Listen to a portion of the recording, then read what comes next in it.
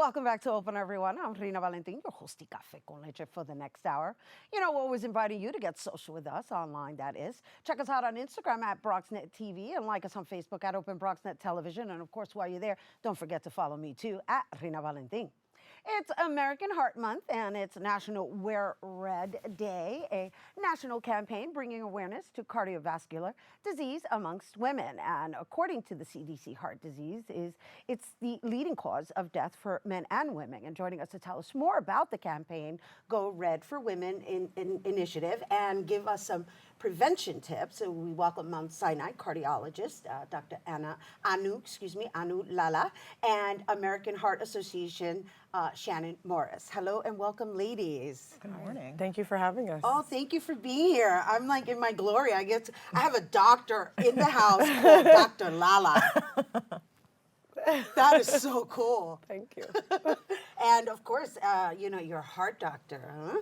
So let's share a little bit about, of course, I'm going to make light of the situation. However, it's important for us to bring this into light and just basically share with our community, especially in the community of people of color. You know, heart disease is really up there. Let's just, if you would open up with just sharing some of the statistics, that would be fabulous. Sure, I think, and thanks for asking. I think the reason this campaign is so critically important is because women typically think of themselves as being plagued with breast cancer, ovarian cancer, gynecologic issues, and when in fact, heart disease is actually the leading cause of death in women. And I think every time women hear that in the audience, or patients or general public, they're surprised to hear that because they don't think of themselves as being vulnerable to heart disease in the same way that they think of themselves as vulnerable to breast cancer or other sort of OBGYN or GYN related issues. As a doctor, why do you think that is? We can always speculate. I think we typically think of, women are providers, especially in sort of our minority communities in particular. We are focused on our families. We're focused on being go, go, go all the time. And oftentimes we ignore our symptoms. And I think that's the critical point, is that we often brush things off. Right. Oh, I'm short of breath walking up the subway stairs. Oh, I just might be out of shape.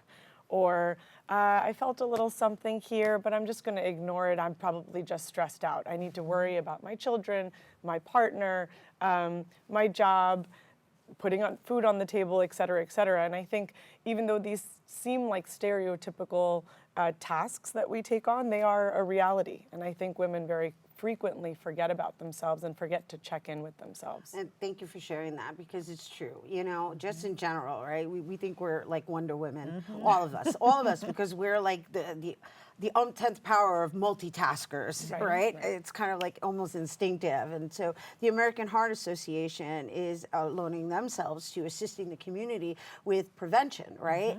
And so let's share a little bit about these partnerships that you've established within the community. Sure. So I head our community impact team, which we are the feet to the mission, I would say. So our work is really to put our overall goal into action. Our 2030 goal right now is to make sure that people are living healthier lives for more years of their lives. So we partner with a few different organizations in the Bronx particularly. We started the first 2 year-long farmers markets. The Bronx is the only borough that did not have a year-long farmers market, with 1.7 million people without access to healthy food.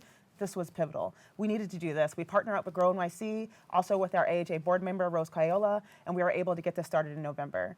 Another good initiative that we just started that we're hoping to bring to the Bronx is our library loaner program, where we're now able to, folks are now able to go to the Far Rockaway Library and loan out a blood pressure cuff as easily as they can a book.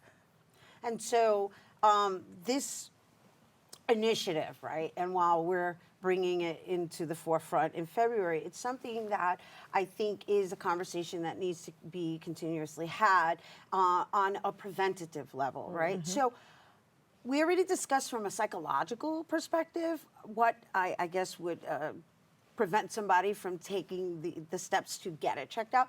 So how far should a person go, and what would you say are symptoms to say, go get yourself checked out? Right. Thank you for asking that. I think we give all these scary statistics, but the reality of the matter is that a lot of this can be prevented, as you're saying. And so little things, little changes can make a big difference. Eating healthier. Now, what does that mean? simple facts like instead of frying your meat, your fish, vegetables, bake, broil them. When you're putting even salad dressing on your salad, ask for it on the side. Take the salt shaker away from the table. You'll be less inclined to pour salt on your food, which we all love. So I have a question for you Yeah, on salt. please. Is there a difference between regular salt and Himalayan salt as well as sea salt? That's a great question, and we get that a lot. There's actually no difference in the sodium content of those three. What we often tell patients to do, particularly patients with cardiovascular disease or on the end spectrum with heart failure, to limit their sodium to about 2,000 milligrams a day. And really the key there, and this goes for everyone, is just get in the habit of looking at labels. Whatever you're taking in, look at the label of it. See what kind of sodium content is in there. See what kind of sugar content is in there. And with that simple adjustment in your daily practice, you become very conscientious of what you're putting into your body. And that simple change in your practice can make a big difference. And so really quickly, because I want to talk to Shanon a little further before this segment ends, in sodium, what role, I would say, does sodium play in creating a heart condition? So that's a pretty controversial subject. What we do know is once you do have cardiovascular disease, limiting your sodium is essential. In terms of prevention, I think being mindful in general is a good rule of thumb. Okay. Particularly in terms of prevention, there's more data and more evidence to support limiting bad fats, trans fats, and saturated fats. And so there's like, more data there. Right. It's like everything in life, everything in moderation. Balance. Don't overdo it. Right. Right, That is absolutely. the formula of life is balance. And so before we go, Shanon, I see you're wearing a red jacket. I got the memo. The uniform. Right. Yes, Look yes. good. And so with the Go Red for Women, and so let's share a little bit about that because I know the American Heart Association is at the forefront with just bringing this awareness into light, and women are wearing red jackets and wearing red.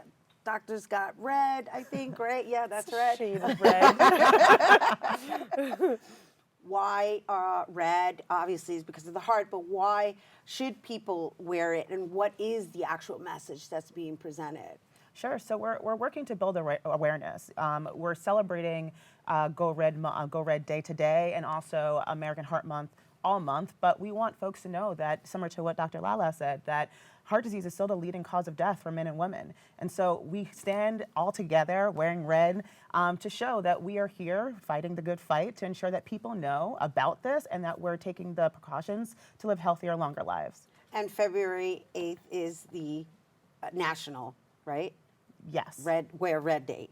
So it's being worn all over the United States. That's the goal. That's the goal. Is it February 8th? Yes? Is today the 7th or the 8th? Is it That's a good question. It's the 7th. Oh, my So goodness. it's the 7th. It's the 7th. Sorry, guys. I meant to say February 7th. Jumping the gun. But in general, every year it's February 7th. Yeah. Just so that they can keep record of it. And are there any last words we could share with our viewers in guiding them in a healthier path?